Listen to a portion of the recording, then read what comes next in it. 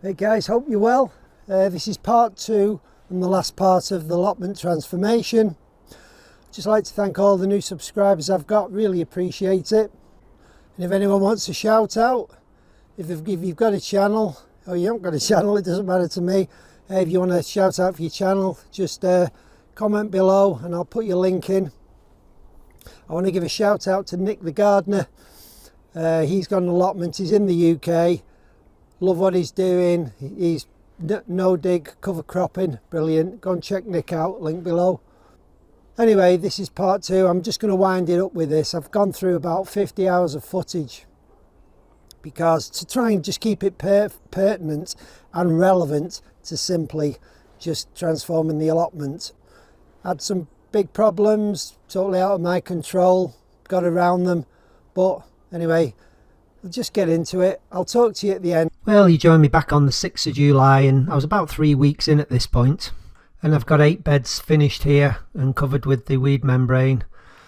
And I was putting more compost on here at this back end because this is a big hollow, the ground's a lot lower here.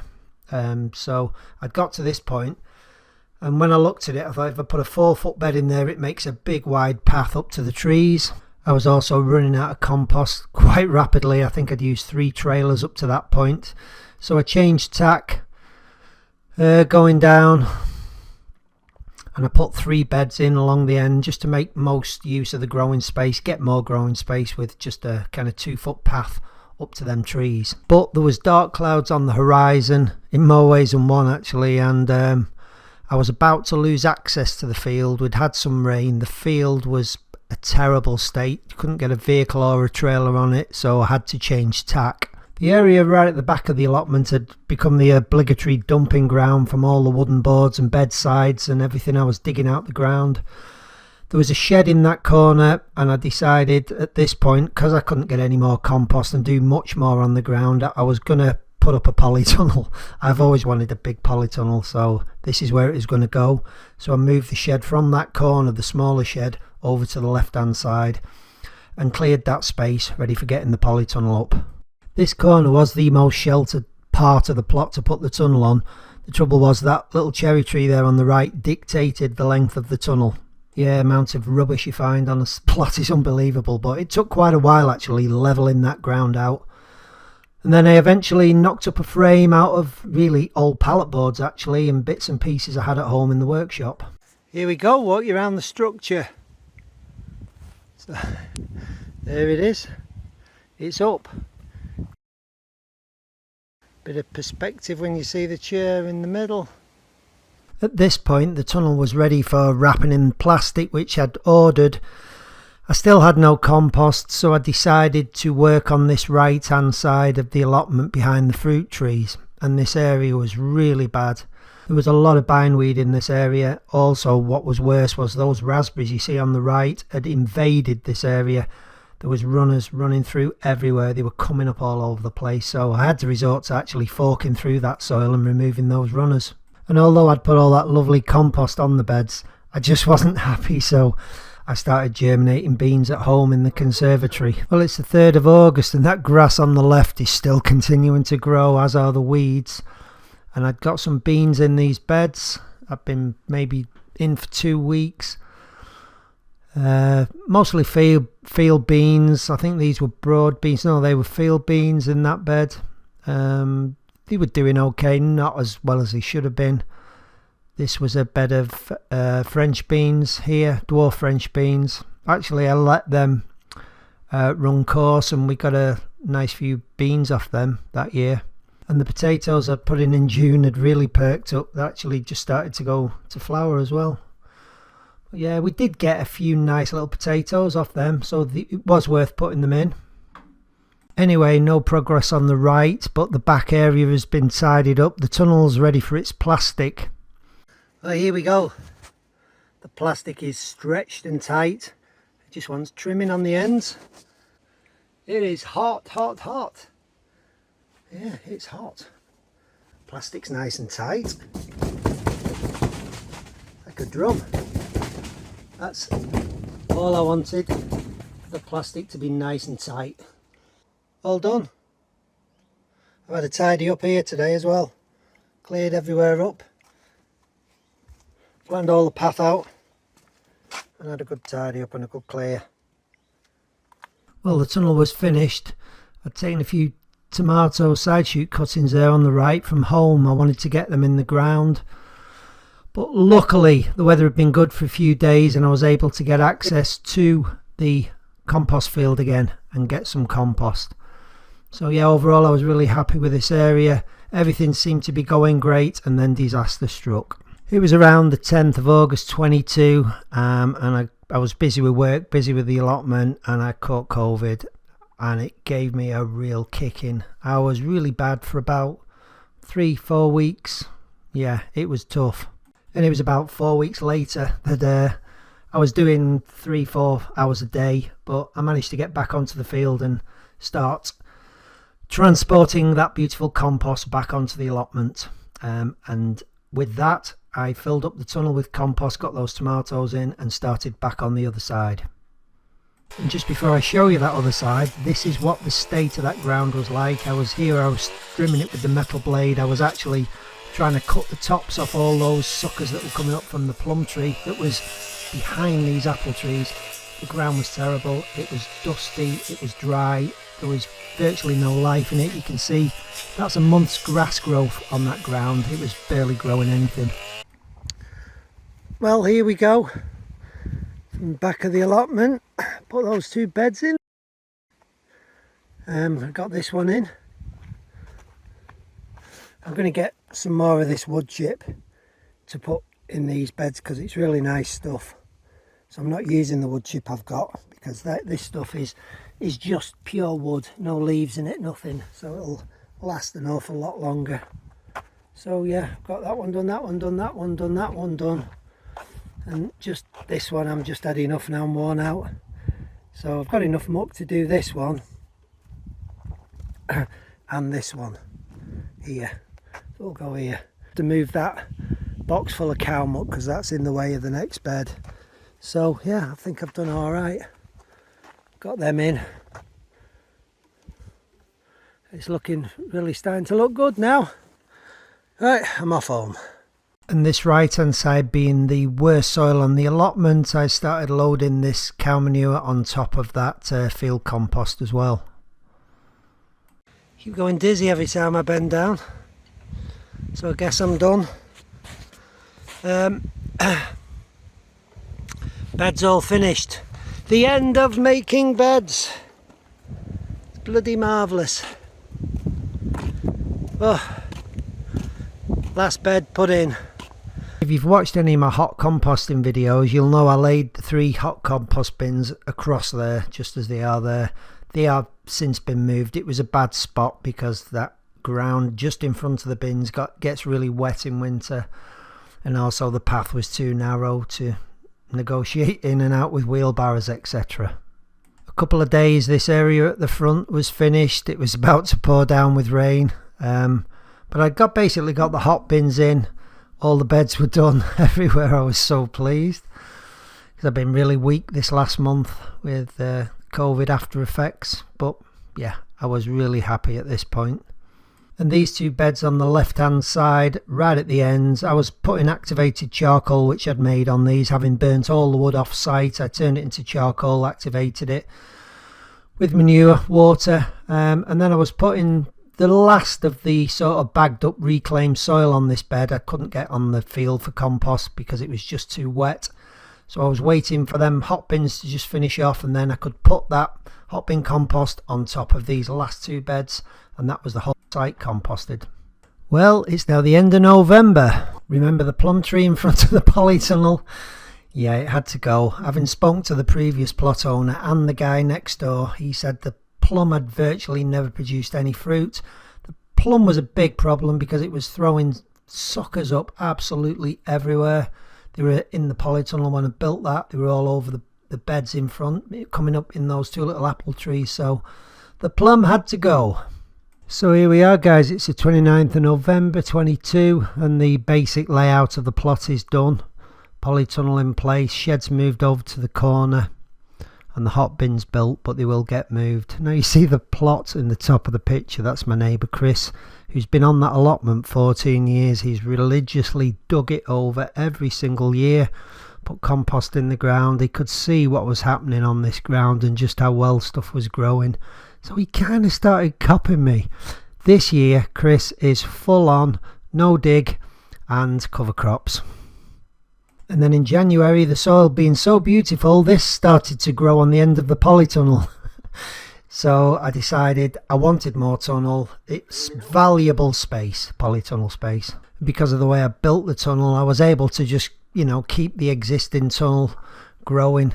So where are we here? In the 13th of January, and there's some garlic just started in little modules.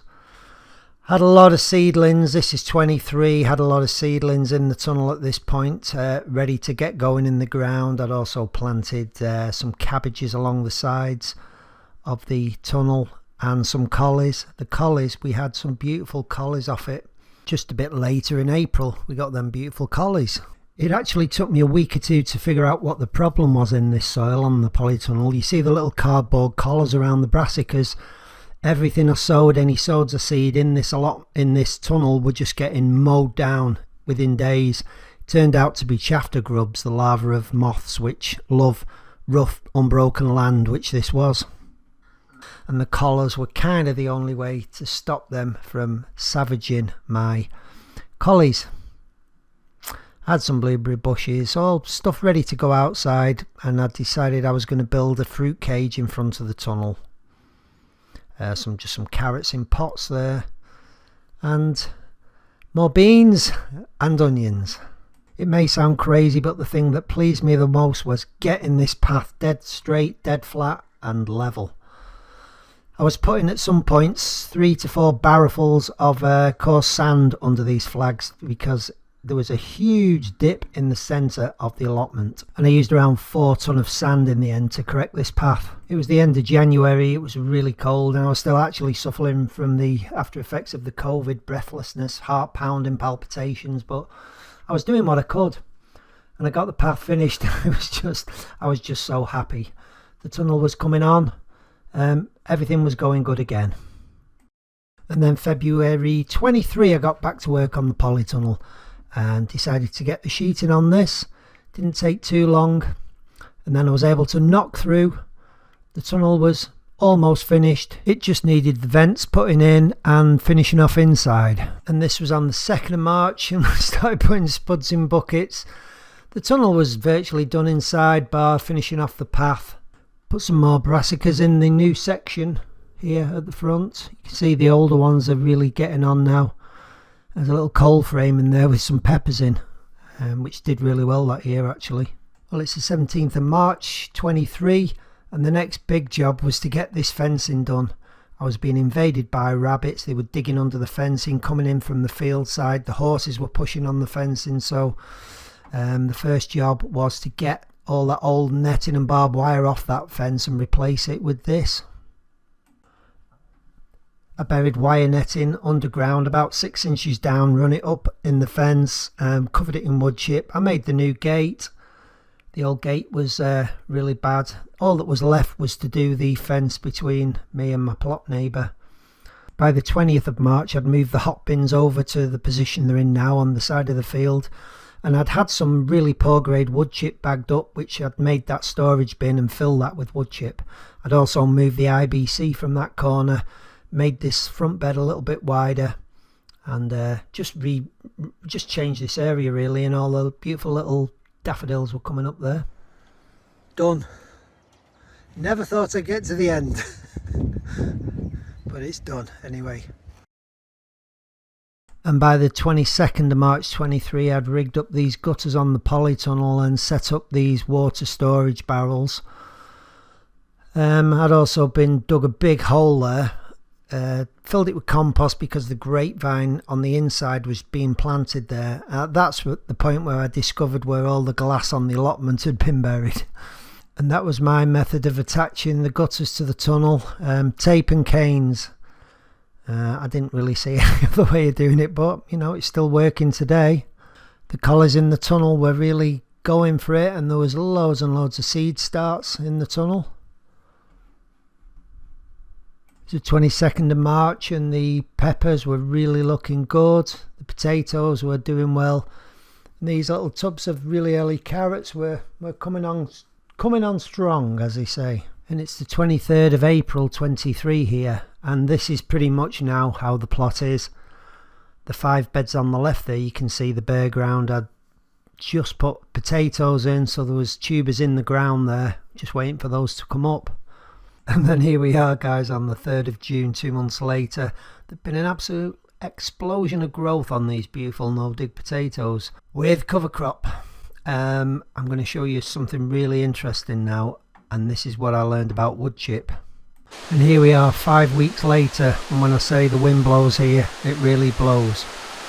And I'm just harvesting the potatoes, and these were some Ulster prints that I'd literally just dug out the ground. And here we are. I think these are Ulster prints as well, actually. Beautiful potatoes. And the interesting thing was that these potatoes were the best along the paths. And that's when it suddenly occurred to me that this wood chip had a lot to do with the size of the potatoes just on the edge of the beds. Look at the size of them, they are absolutely beautiful. The wood chip had been down obviously for a year at this point, and already it was starting to break down right at the bottom.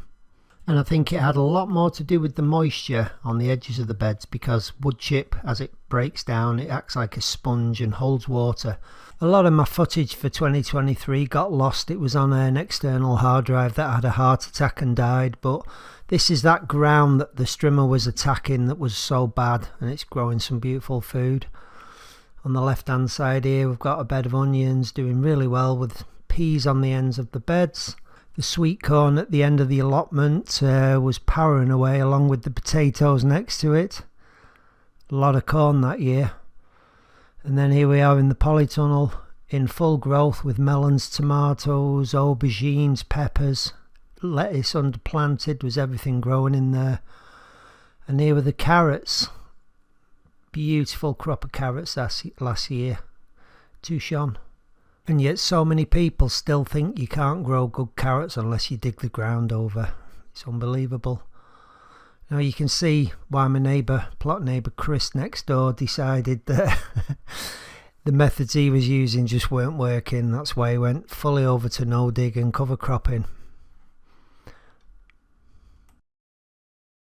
If that doesn't prove to you guys that this system of growing food just works superbly. As I said in the video, Chris next door has converted. I'll just show you his plot in a minute. I love it, and Chris is getting great results. And at 70, whatever he is too, he's so thankful he's not digging the ground over every year. This is Chris's. He's got his rye in here. He did have some mustard in there as well. Planted it a bit late and the frost got it. That's his earlier sown mustard, a bit later than the first sown with rye in that bed there. So yeah, Chris is a convert, guys. And normally this time of year this would all be broken up soil, lumpy, dug over, and basically killed.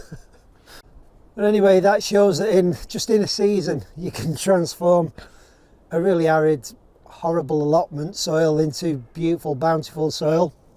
And I've got an update on the green manure video coming shortly, and I'm going to show you. I mean, I had all this compost. I know people are going to say, yeah, but you had all that compost, it's easy. You don't need the compost, and I'm going to show you why you don't need compost to do this. That video will be coming up soon.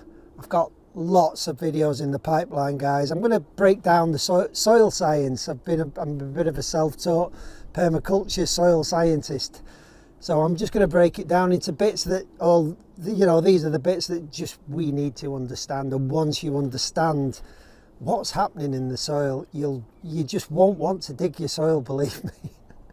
And you'll just want to be a soil farmer rather than a vegetable farmer.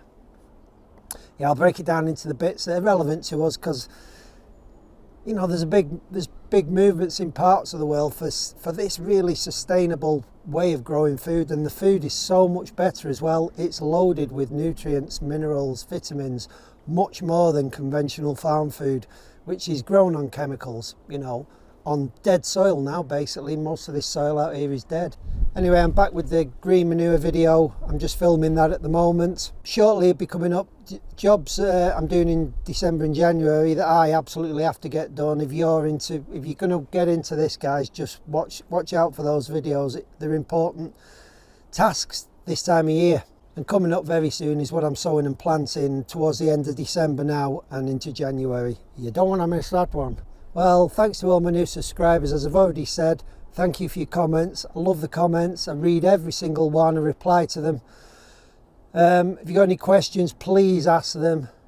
I'll do my best to answer. I'm not an absolute expert, but I know all I need to know about growing great food.